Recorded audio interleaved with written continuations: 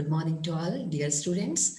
In this session 5, we will deal with the locomotion in protozoa. Locomotion, as you know, it is movement. And in the previous class, we have seen the certain aspects of the classification of protozoa based on the locomotor structures. And you have come across different types of locomotor structures seen in different classes of protozoa. And these locomotor structures are actually the basis for classification of protozoa. And we now, in this session, we will see how these protozoa with the single cell manage to move with the locomotor structures. And we will also see why they are necessary and the methods tamed by different or methods followed by different types of protozoa to move along in their direction. And at the end, we will come to know how these move, and you can identify based on the locomotor structure which kind of movement is observed in that particular protozoan animal. And animalcules follow different methods to achieve their goal by locomotion. And we know why locomotion occurs in organisms. Every organism has a directional orientation. Whenever there is a need for attaining food or a breeding place or escape from enemies, maybe all these are the biological necessities of every individual. So similarly, protozoa also move based on the requirement of the environment to attain food or breeding place or to escape from enemy or to get shelter somewhere in any of the places where their habitat is seen, where they are seen. Okay, now we will see what are the types as we have seen in the last class, the locomotor structures we have seen, and the food capturing apparatus, they also serve as food capturing apparatus. And the first thing we know, pseudopodia are the locomotory structures in amoeba. Amoeba means which belongs to the class Sarcodina. And these amoebae do not have a consistent locomotory structures or a structure originating from the plasma membrane. They temporarily produce which structures which are necessary for the movement in a particular direction according to their need. And the pseudopodia, therefore, it is a temporary extension of the ectoplasm, and ectoplasm consists of certain fibers, proteinaceous structure fibers, which are contractile in nature. And when there occurs a stimulus in the environment or availability of any need for movement, there will be contraction of the ectoplasm, producing a wave of movement of the gel-like ectoplasm, pushing the sol anteriorly. In turn, the corresponding movement pressure is exerted in the movement forward direction. Hence, there is extension of the protoplasm leading to the formation of pseudopodia. And the side many, so you know these are microorganisms. The measurements are done in microns, and the movement distance is also done in microns. So very short distance movement are accumulated with the locomotion in the required direction. Here in this picture, you see the amoeba converts in the form of a ball. All the gels are withdrawn and extended in a particular direction, and sol to gel conversion movement occurs in a forward direction. And this kind of pseudopodia which are seen in amoeba are known as lobopodia. Lobopodia are the lobe-like structures of cell which makes the animal to move in a particular direction. And based on that, we find that in the same Sarcodina class, there are different sub or orders based on further classification from class to order. We find based on the pseudopodia, the class is further divided in different orders. We find different kinds of pseudopodia, and reticulopodia is seen in some species genus known as Globigernia, where the network like network like pseudopodia, that means extension of the plasma membrane in the form supported by the internal protein fibers forms a network around the protozoan cell, and that is found in certain foraminiferans like this reticulo with the network like pseudopodia extending entirely covering the body, and the filament like philopodia are seen in allogromia, where the thread like or hair small supporting fibrils extended from one region of the cell or one part of the cell with the movement in that particular direction. And exopodia are axis like, that means they have axis contractile proteins in their axis, and these are like found in actinospherium or actinophrys also, where these animals are known as sun animalcules because the radiating rays like pseudopodia make them to resemble the picture of a sun, and this animals possess axopodia.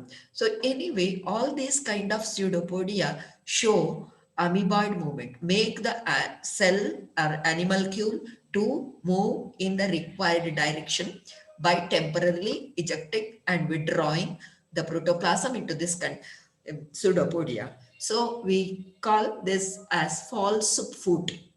They are not consistent structures of the animalcule. Coming to the next class of pseudo protozoa, which have the flagellum as their locomotory structures, which are mastigophorans or flagellates.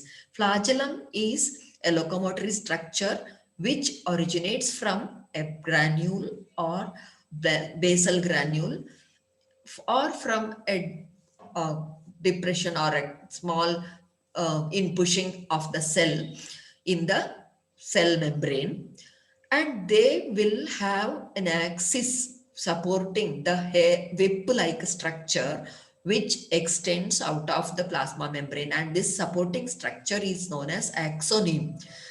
And the number of flagellum will vary in different orders of mastigophorans or flagellates. They may be single or two or many, as in case of some commensals, like which are found in the dinoflagellates, and these have more than one flagella in their cell.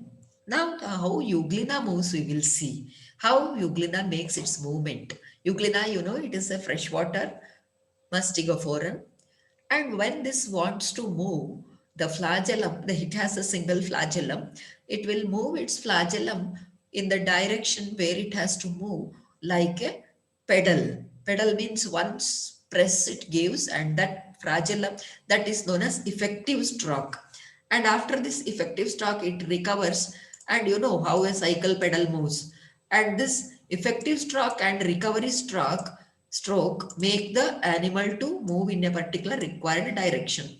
And here in this picture, you will see the entire flagellum is bent in the direction, and it is effectively pressed anteriorwards in the water, and it can recover again straightened again like this. It continues. These are sequence of movements of euglena. It bends its flagellum, straightens, upwardly lifts, again bends, and like this, which moves in a particular direction where it needs to move.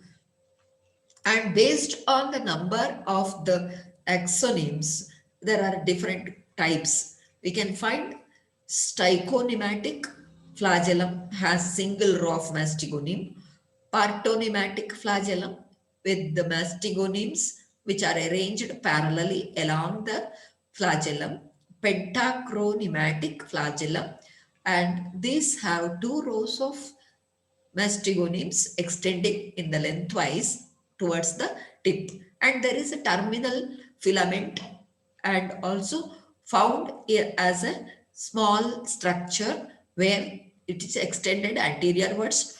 Acronematic flagellum do not have The mastagonims and terminal, they do not have the mastagonims, only terminal filament is seen.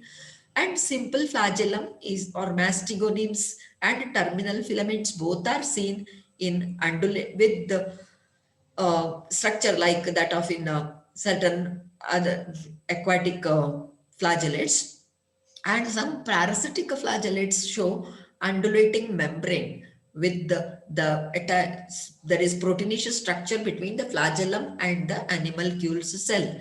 So different kinds of flagellum are seen here in with the extension of the filaments and maxonims, terminal filament and the axonims.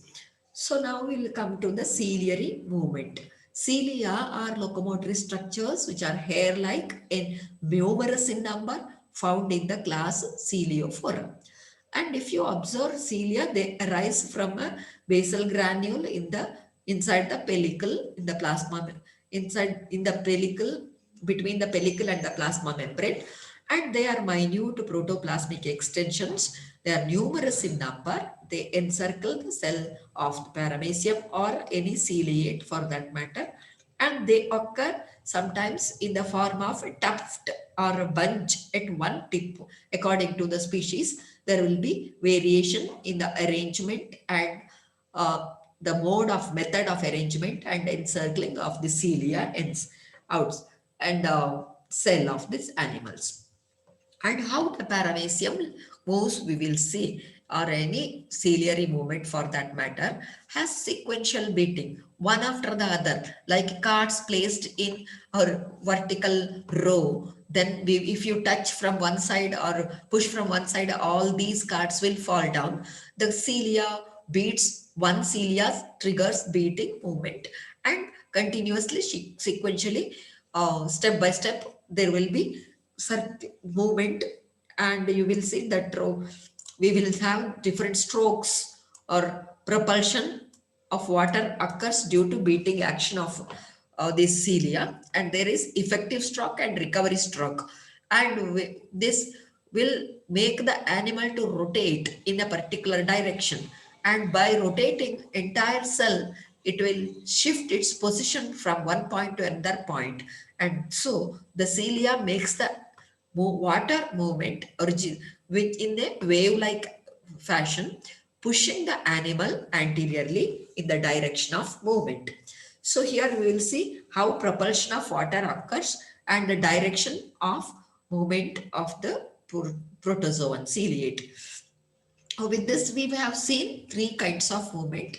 One is pseudopodia, another is flagellata, and flagellar movement, and the ciliary movements. So whenever the protozoa needs to move, consume food, and get a change in their habitat, they will migrate, they will move from one place to another place. They move away from light. They move away from chemical changes in the environment. If you put a drop of culture of these protozoa under microscope and focus the light, they will struggle and start movement. You will see many protozoa moving around in the drop of water which you have placed focused in the microscope. So sample collection and observation is very important for study of these protozoans.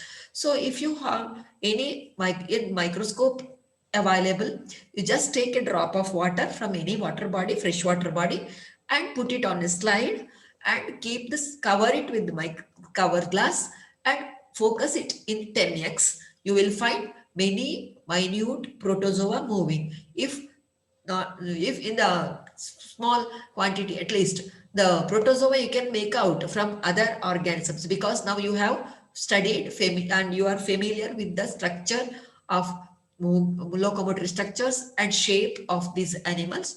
So you can differentiate the cells of protozoans from any other organism in water, because not only protozoa exist in water, the habitats will have lot of other organisms like algae or other larvae of higher organisms, higher animals. So you have to make sure which is the protozoa, and you can get some guidance also. So go through the study material. Again, you read the study material and questions and go through the PPT also. Now, if you have any uh, clarification, you can go through the textbooks also. Or uh, and at the end of this session we have few questions here, and answer the questions from PPT as well as this videos, and you get some reference books which are, I have, as I have mentioned in the previous session, we have I. Kamarnath Iyer, M.G. Nair, and also Varma Agarwal, Kotpal. Four are the very simple and easily available textbooks in your library or anywhere else. And go through the books and study well and get through the syllabus. Thank you.